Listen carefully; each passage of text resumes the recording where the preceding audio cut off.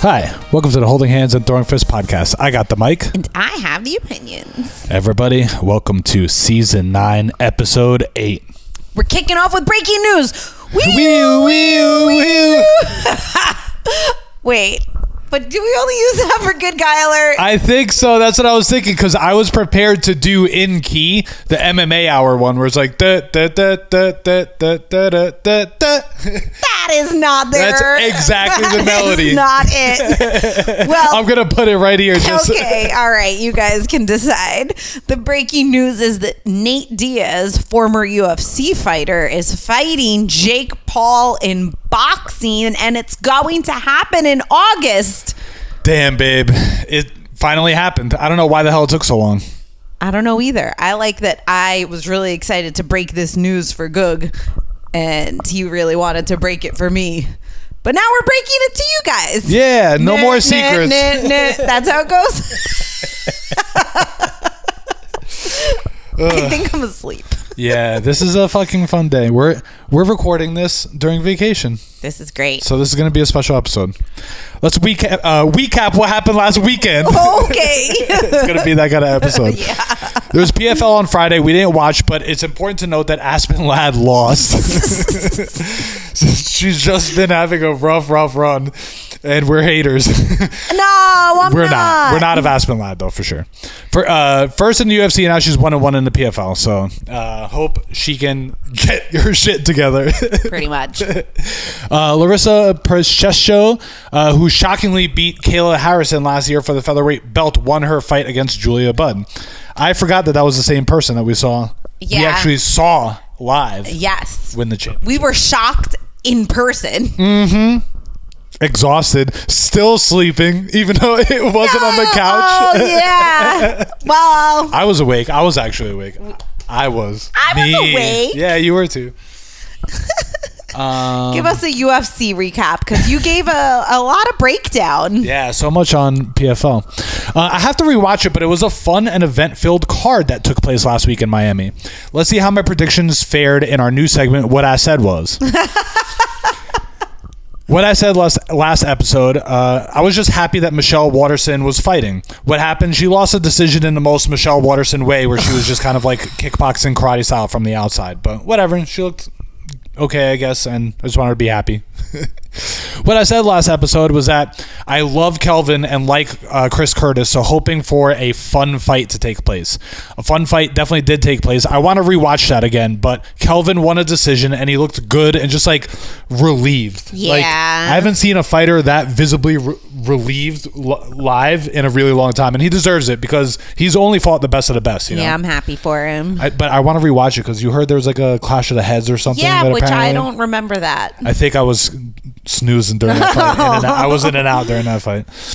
What I said last episode was that I don't really like having Raul Rosas Jr. in the UFC at such a young age. And what happened, he got beat by man strength and experience over like 3 rounds.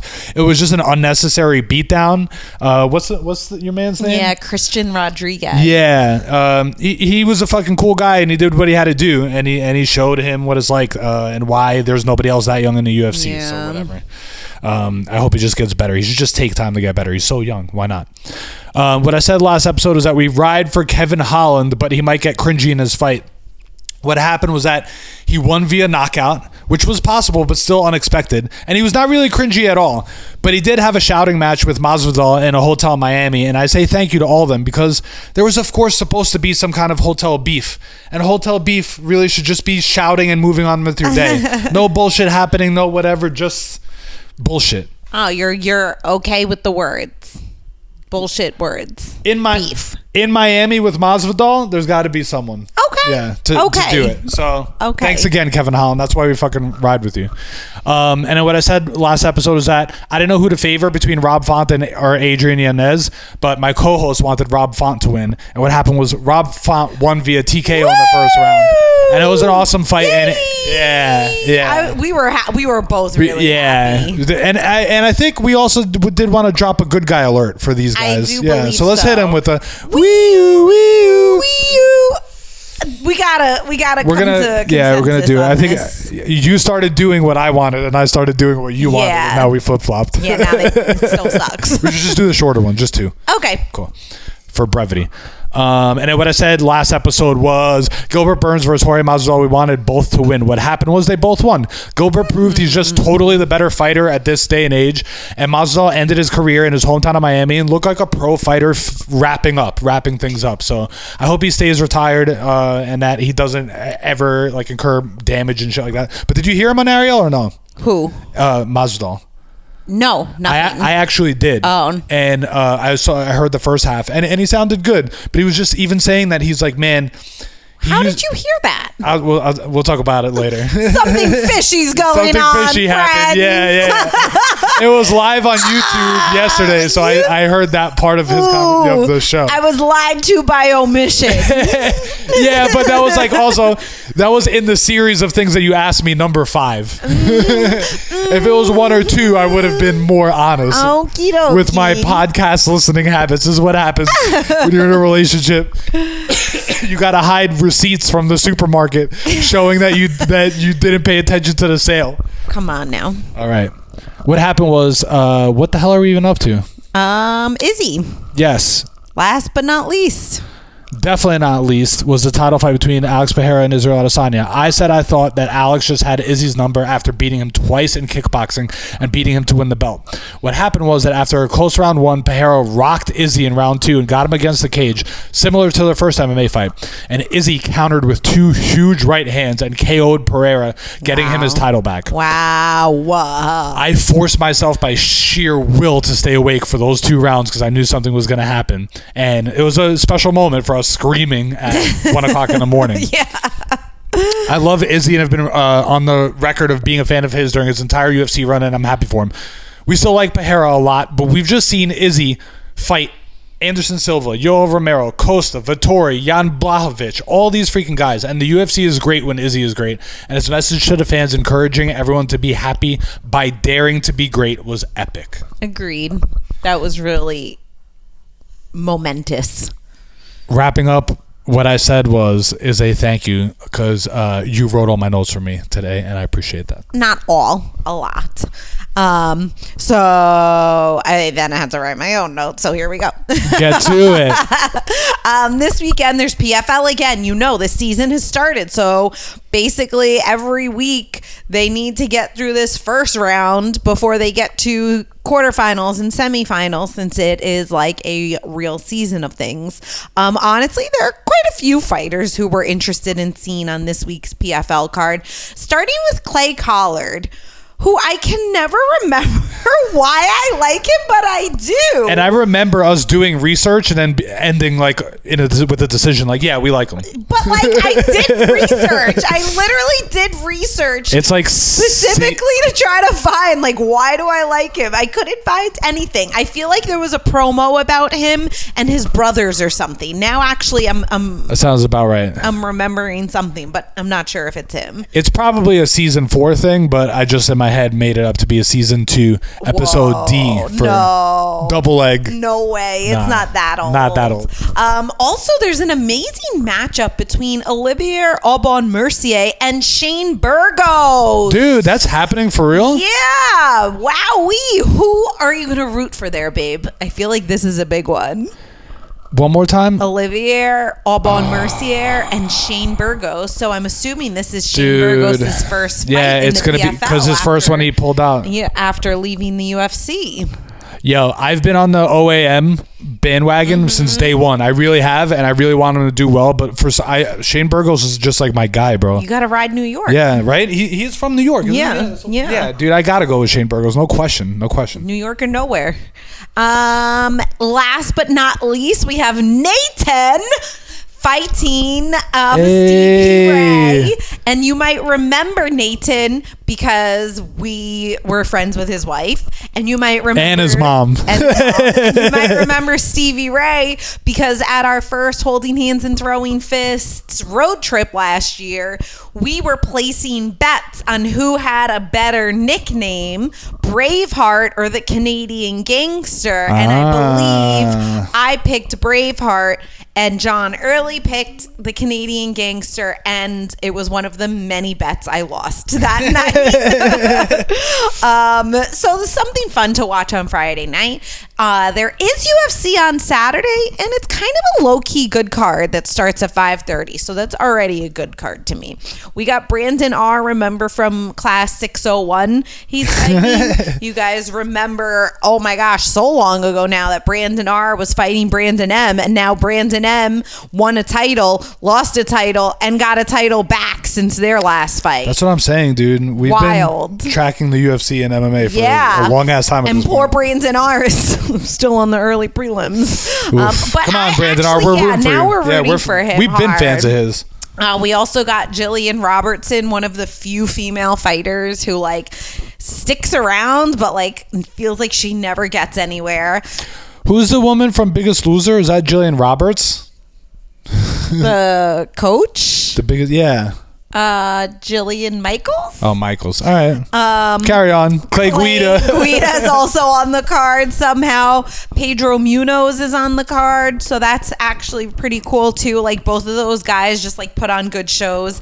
Edson Barboza is fighting our guy Billy Quarantillo. Bro, Eddie Barbs. This is a big fight for Billy. So we hope he succeeds, and we of course hope to see Billy Q's Longo, no?